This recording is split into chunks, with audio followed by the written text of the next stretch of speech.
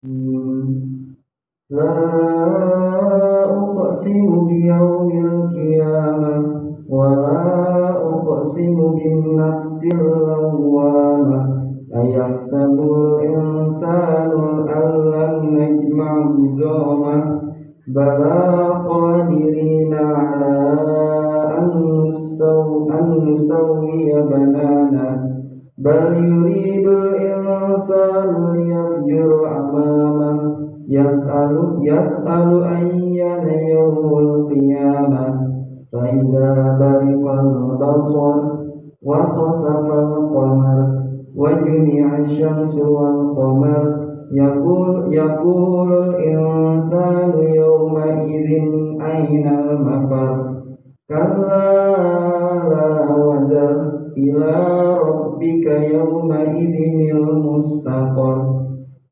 ينبئ الإنسان يومئذ بما قدم وأخر بل الإنسان على نفسه بصيرة ولو ألقى معاذيره. Yang terhormat Kepala Kantor Kementerian Agama Kota Cirebon, Bapak Haji Lukmanul Hakim MSI, yang kami hormati teman-teman panitia dari Balai Diklat Keagamaan Jakarta dan dari Kantor Kementerian Agama Kota Cirebon, Bapak Komarudin, Mas Nabil dan Ibu Roma, Pak Suko, serta Bapak Ibu peserta pelatihan guru bahasa Inggris Madrasah Aliyah di wilayah kerja Kantor Kementerian Agama Kota Cirebon yang berbahagia. Alhamdulillah, puji syukur kita panjatkan kehadirat Allah Subhanahu wa taala atas rahmat karunia-Nya, atas izinnya pada kesempatan pagi hari ini kita bisa melaksanakan upacara pembukaan pelatihan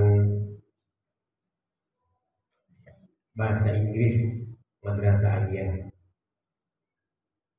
yang mana kegiatan ini sedianya dilaksanakan selama 6 hari dari hari ini Senin dan insya Allah sampai dengan hari Sabtu nanti penutupannya.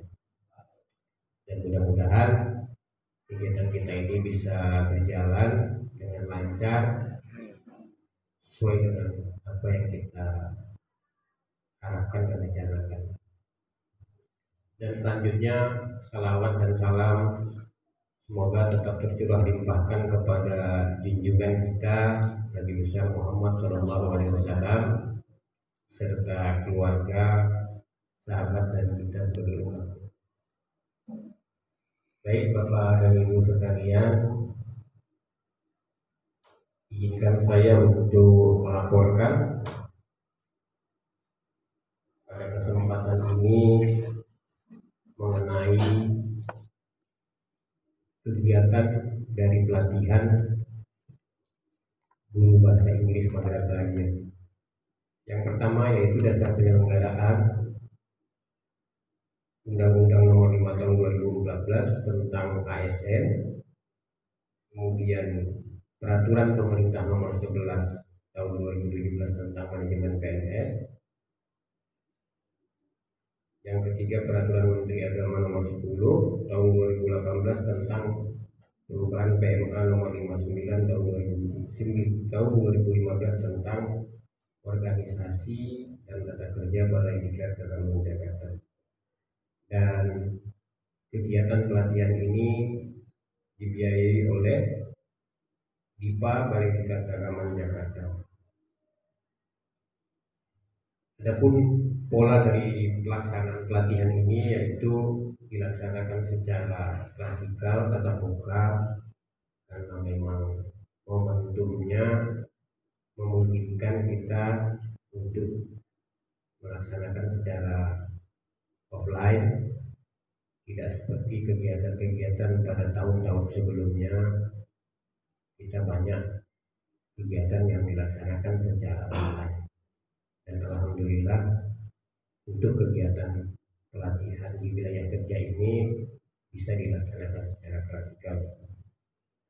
Dan adapun agenda daripada pelatihan ini yaitu nantinya di sini Bapak Ibu akan diberikan materi oleh Widya Iswara dari Balai Diklat Keagamaan Jakarta. Nanti ada 2 orang, mungkin Bapak Ibu sudah tahu sebagian, yaitu Pak Muhammad Juanda, satu lagi Pak Purianto.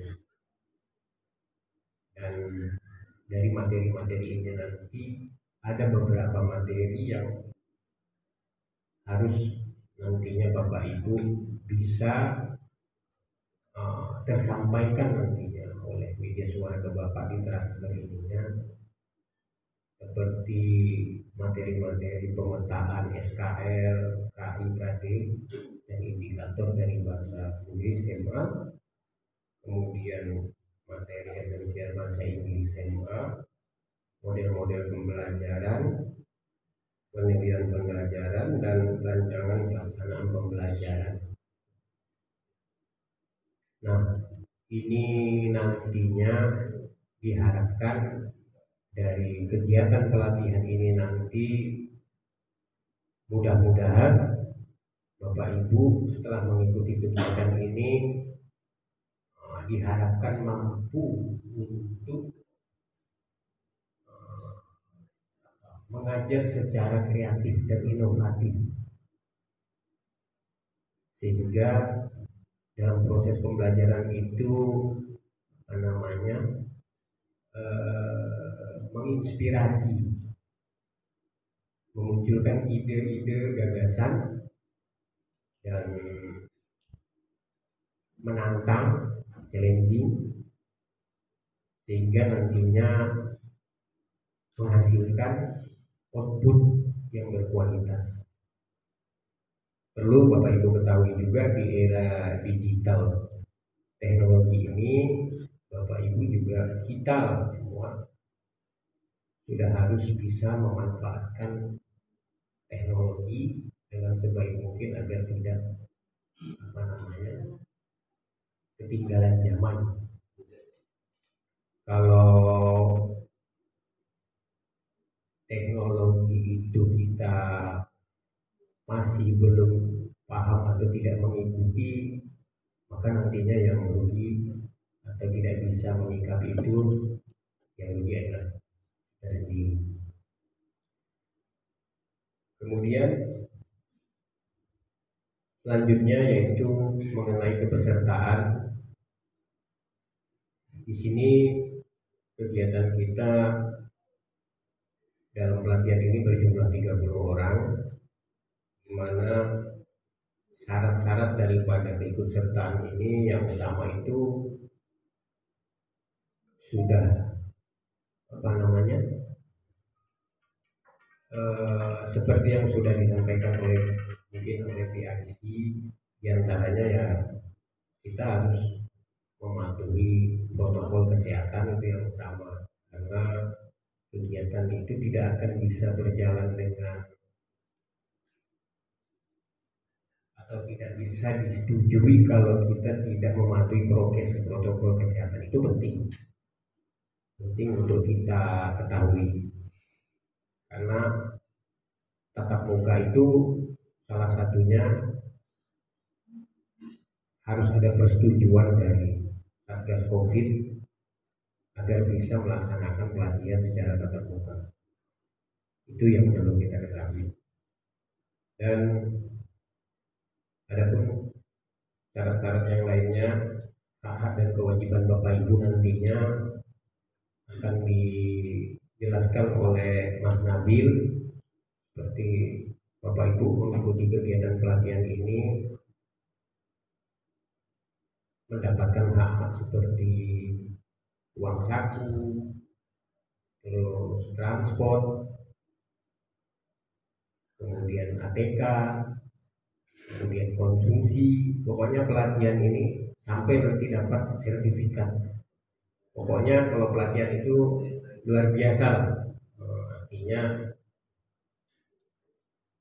semua kita fasilitasi, dan ini juga kerjasama kita dengan kantor Kementerian Agama Kota Cirebon, Pak Kepala, yang sudah memfasilitasi kita tempat di sini, juga memberikan kita izin untuk mengadakan pelatihan ini, dan mudah-mudahan ini terus berlanjut sampai ke depan, sampai habis tahun 2000, anggaran tahun 2022. Dan harapan kami gitu, mudah-mudahan bisa mewujudkan guru-guru yang punya kompetensi tadi itu. Jadi pengalaman saya, pengalaman kita gitu teman-teman, itu biasanya Bapak Ibu, tapi nggak terjadi di sini mudah-mudahan ya. Belum baru berjalan 2 hari 3 hari kegiatan sudah nanya, Pak, penutupan kapan? Padahal udah jelas disampaikan di awal bahwasanya penutupan itu kegiatan berlangsung dari hari Senin sampai hari Sabtu, tapi tetap aja hal-hal kayak seperti penutupan itu pasti ditanyakan. Itu tapi ya itulah lumrah ya. Dan kemudian yang utama juga nanti bisa dijelaskan oleh Mas Nabil, kayak uang saku transport itu juga harus merupakan bagian dari support Bapak Ibu dalam mengikuti kegiatan pelatihan ini, dan perlu untuk seperti nanti nomor rekening itu supaya betul-betul antara nama rekening dan nomor itu harus betul, untuk pengisian di biodatanya harus betul, sehingga kalau perlu fotokopi dalam ini. Kehadiran itu satu hal yang penting karena bagian dari evaluasi penilaian kita terhadap peserta. Seperti kehadiran itu, kalau kita sepakat di jam 8 ya, kalau 7.30 mungkin terlalu cepat, jam 8 biasanya jam 8, maka nanti kita akan ada banner kehadiran yang seperti Pak Komar tadi jelaskan. Kalau sebelum jam 8, maka itu sebelum jam 8 sampai jam 8 itu ditempelnya hijau. Dari jam 8 sampai ke jam 8.15 menit itu kuning, dan di 8.16 selanjutnya itu merah. Apalagi tolong jangan sampai tidak hadir kalau tidak ada alasan yang cukup penting. Usahakan Bapak Ibu bisa hadir setiap hari. Kalau perlu jelek-jeleknya ya terlambat lah, tapi utamakan hadir tepat waktu. Tuh. Adapun nanti evaluasi penilaian juga termasuk kita lakukan post test penilaian, dan kemudian bisa ujian itu nanti dari BI-nya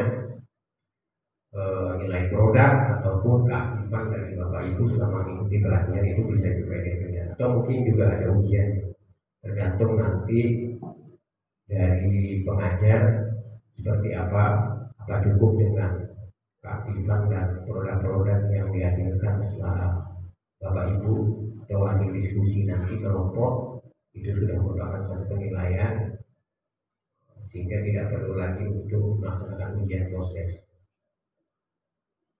Kemudian Perlu saya sampaikan, Balai Diklat Keagamaan Jakarta itu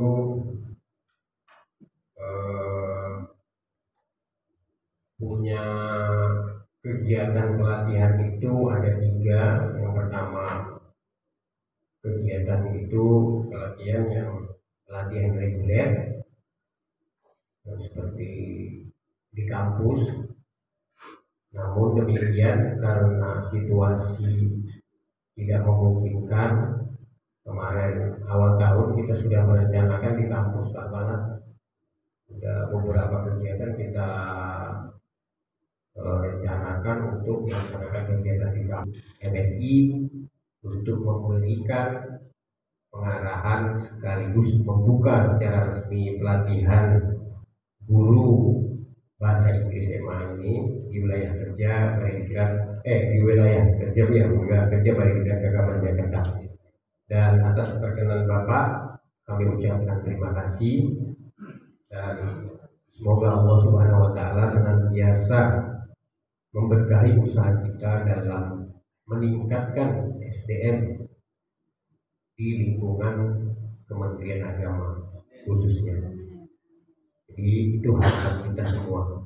Baik, sekian dari kami. Terima kasih. Billahi taufiq wal hidayah. Assalamualaikum warahmatullahi wabarakatuh.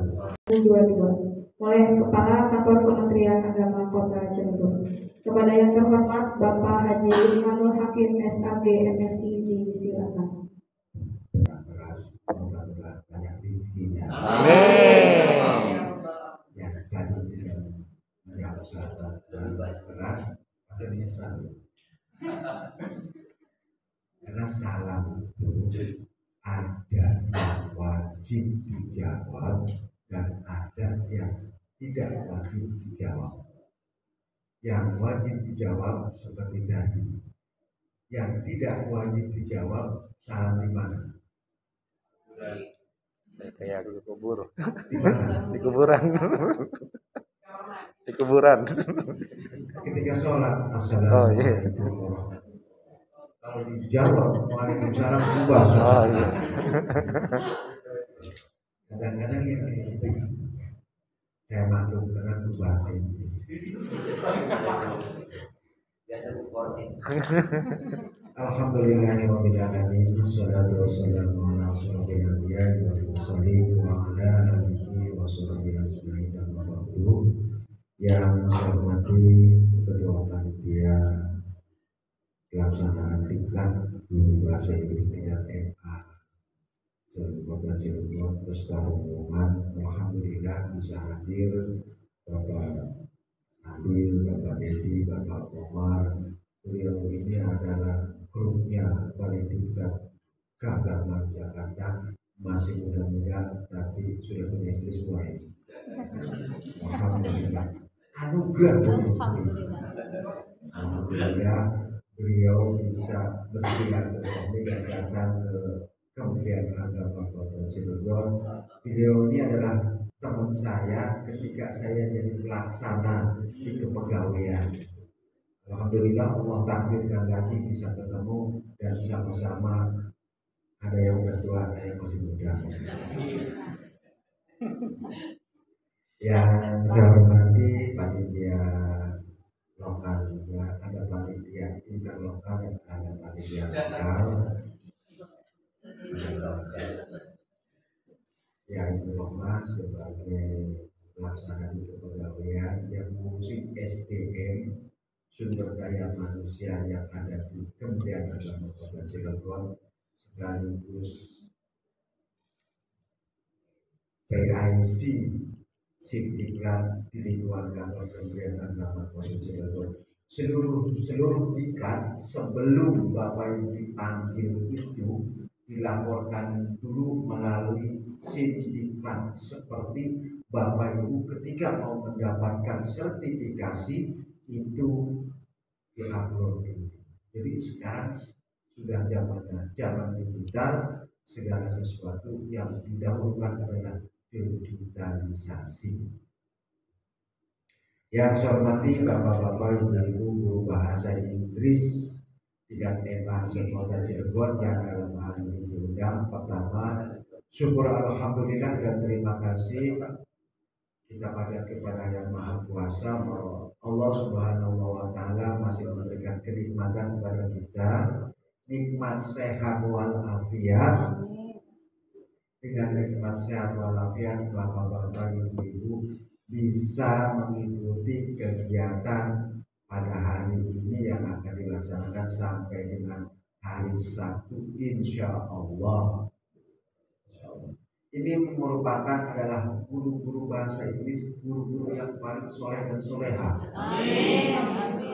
Karena guru bahasa Inggris di kota Cirebon itu banyak, mulai dari tingkat MI sampai tingkat S-nya banyak guru bahasa Inggris. Tapi yang dipilih hanya 30 orang.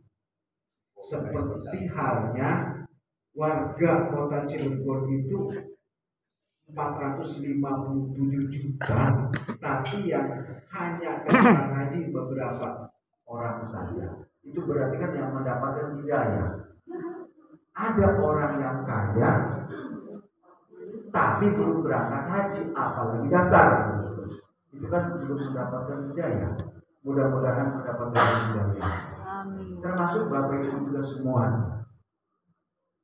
Ini tidak terlepas dari campur tangannya Yang Maha Kuasa, takdir.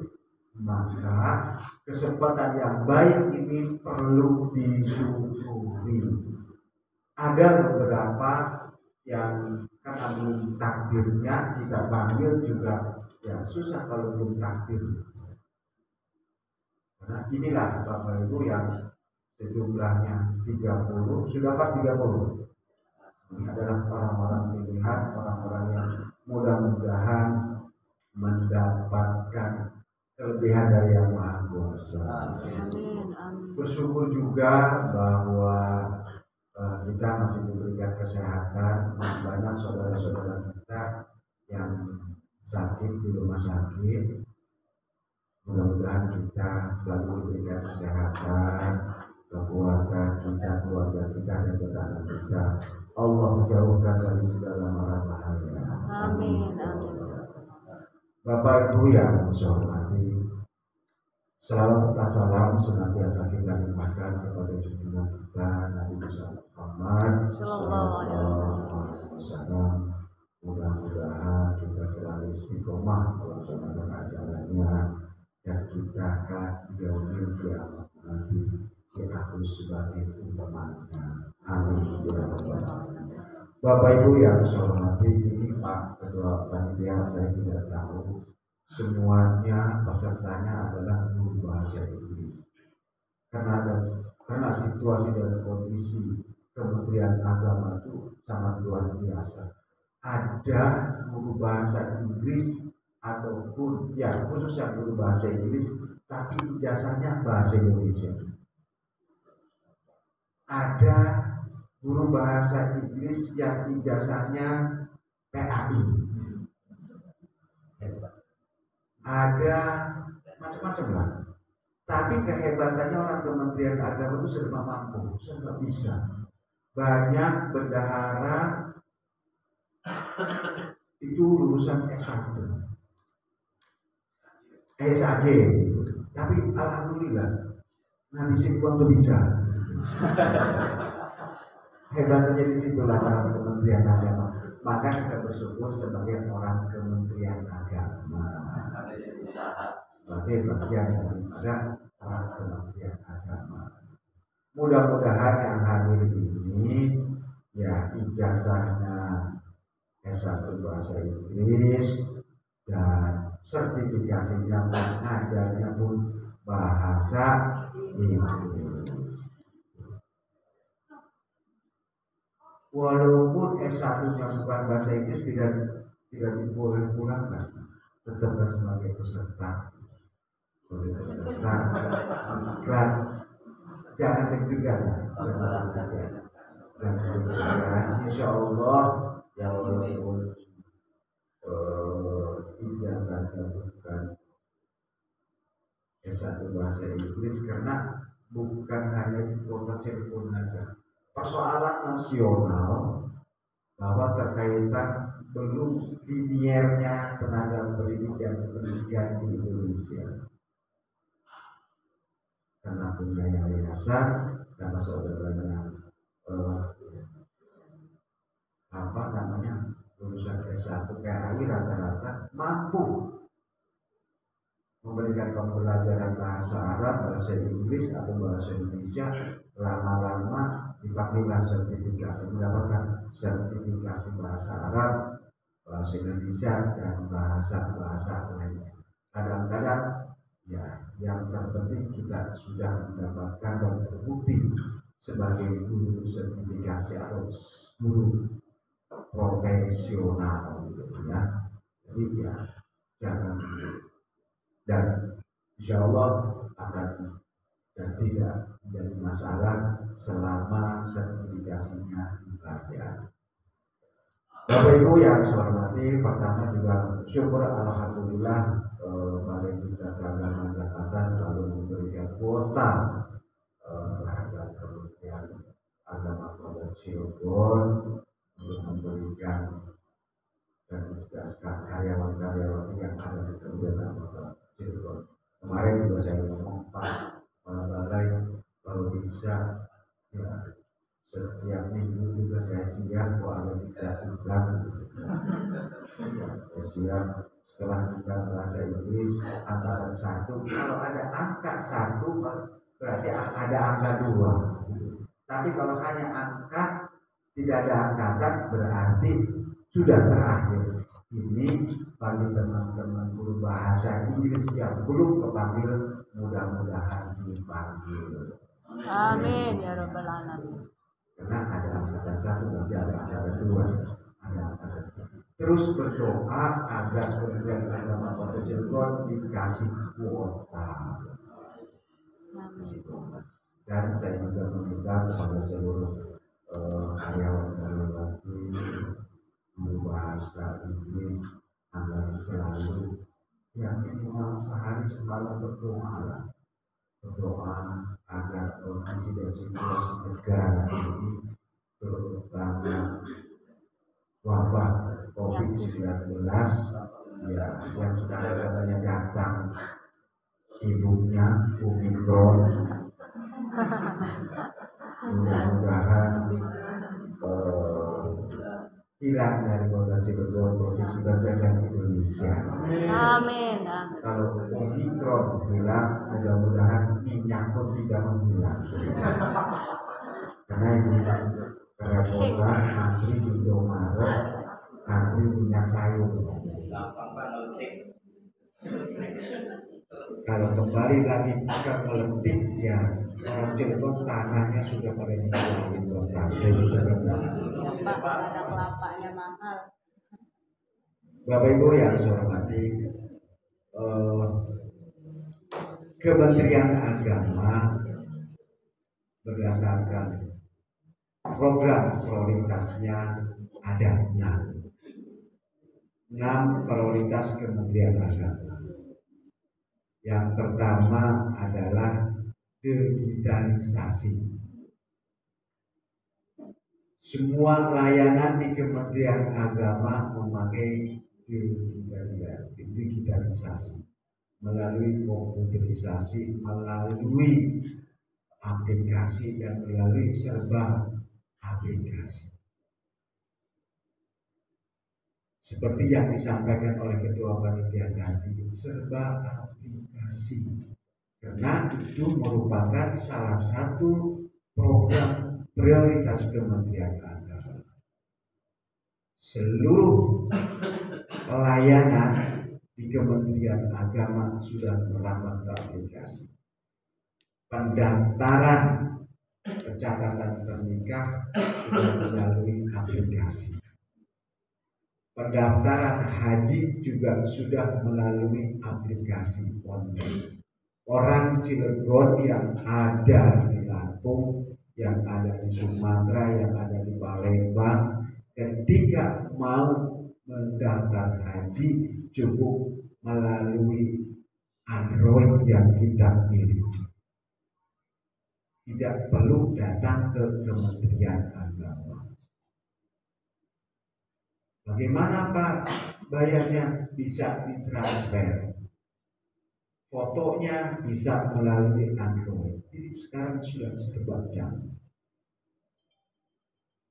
Pendaftaran haji, kemudian pendaftaran pernikahan juga sudah melalui online.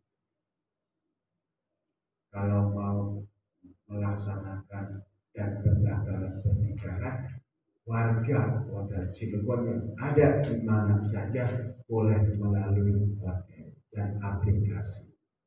Apalagi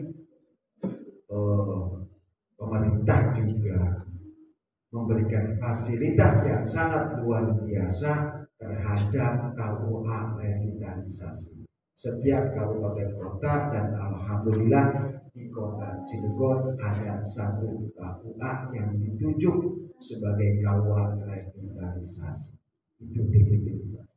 Termasuk yang paling berat dan adalah bagi tenaga pendidikan, tenaga guru.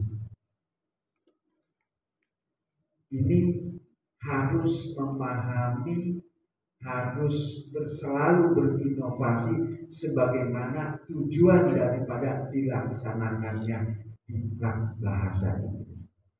Bukan berarti guru bahasa Inggris tidak harus memahami komputer, digitalisasi, dan aplikasi lainnya.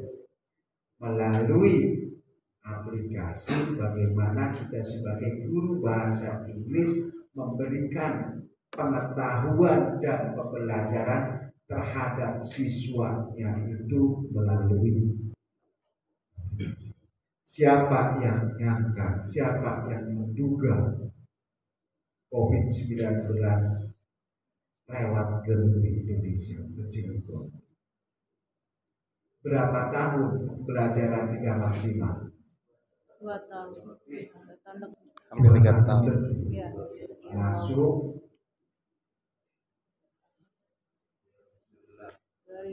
2019 akhir ya. Akhir. Maret. Mulai COVID-19 datang, itu sebenarnya tantangan bagi Bapak Ibu sebagai tenaga pendidik untuk merubah mindset yang ada di benak Bapak Ibu semua. Kalau dulu pengajarannya kan melalui tatap muka. Betul, kita sebagai tenaga pendidik tugasnya adalah mentransfer ilmu pengetahuan dari buku ke siswa-siswi. Kalau siswa-siswinya ada dilakukannya tatap muka. Dengan situasi dan kondisi yang berubah, saya kira 10 orang pun tidak ada yang menduga akan terjadi dan situasi begini. Pembelajaran yang sangat luar biasa. Jangan sampai masih ada tenaga pendidik di Kota Cilegon yang mengoperasikan laptop aja belum bisa. Apalagi mengoperasikan, mau matiin hanya shutdown di mana caranya? Kenapa? Kemarin ketika melakukan proses pembelajaran tidak memakai media. Kalau kita ketinggalan, ingat dulu waktu saya sebagai dosen MI ngajarnya pakai kabur. Enggak berpikir suatu saat akan terjadi pembelajaran untuk melalui fokus. Kemudian pindah whiteboard. Semua sudah ngajarnya pakai whiteboard kan? Iya, Pak. Whiteboard. Mikir, spidolnya larang tuh dia. Udah dipakai dibuang, whiteboard. Kadang-kadang salah beli spidol. Permanen. Kenapa? Ya karena tadi itu tidak membaca. Setelah melalui whiteboard, nggak ada yang berpikir melalui, bukan di fokus dulu. OHP. Setiap mau pembelajaran malamnya nulis dulu di kertas bening. Bika malam nulis. Pagi-pagi ditempelin, disorotin kayak layar tancap. Ya kan? Pengajarannya. Berpikir gak Bapak Ibu untuk seperti itu? Hilang lagi itu kita hilang. Kemudian melalui Hipokus. Sudah belum ngajarnya pakai Hipokus? Sudah aja gak apa-apa sih. Walaupun pernah satu kali ngomongnya sudah, yang penting gugur kewajiban sudah Pak. Pernah. Saya kira masih ada guru bahasa Inggris yang ngajarnya masih buka buku ngomong, metodenya hanya metode ceramah saja, kayak Isra Miraj.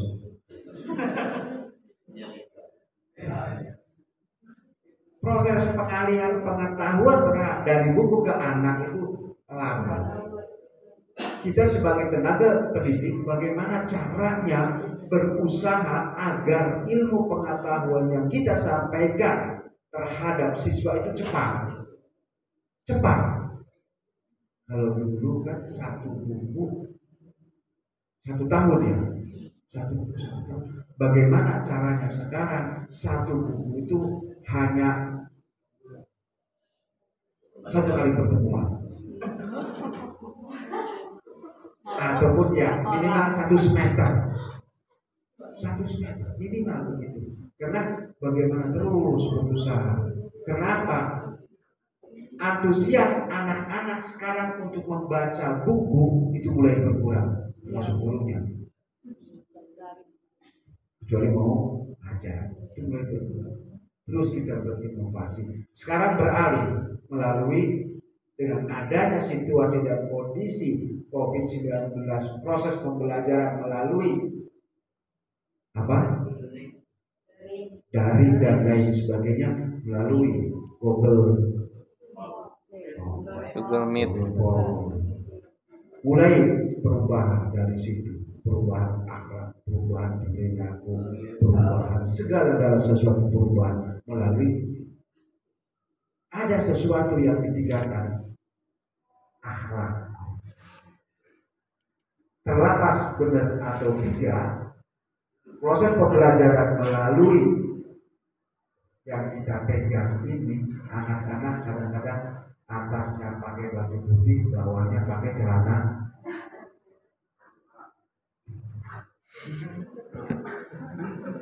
Iya kan? Melalui pembelajaran, gurunya melakukan proses pengajaran ya sambil ngasuh sambil nyuapin dedeknya. Itu bukan cewek-cewek. Ini tantangan dedek. Dan sebagai tenaga belum lagi melalui tugas-tugas tidak maksimal memberikan tugas itu, memberikan tugas yang mengerjakan kakaknya, ibunya, adiknya melalui Google. Guru bahasa Inggrisnya memberi tugas, guru bahasa Arabnya ngasih tugas, guru bahasa Indonesianya ngasih tugas, semua ngasih tugas. Alam bocah, emaknya yang punya. Akhirnya nomor gurunya diblokir sama siswanya. Bebas. Kenapa nggak ada tugas?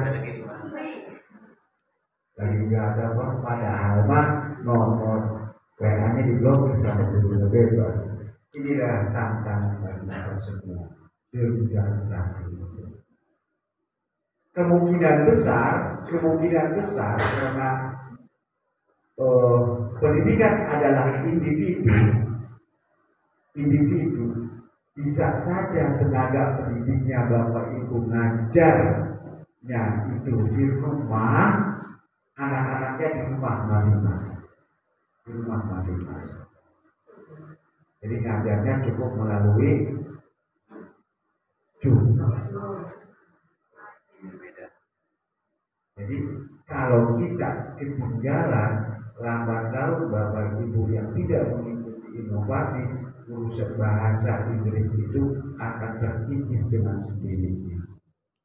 Cukup guru bahasa Inggris satu madrasah sekian orang, karena proses pembelajaran melalui Zoom.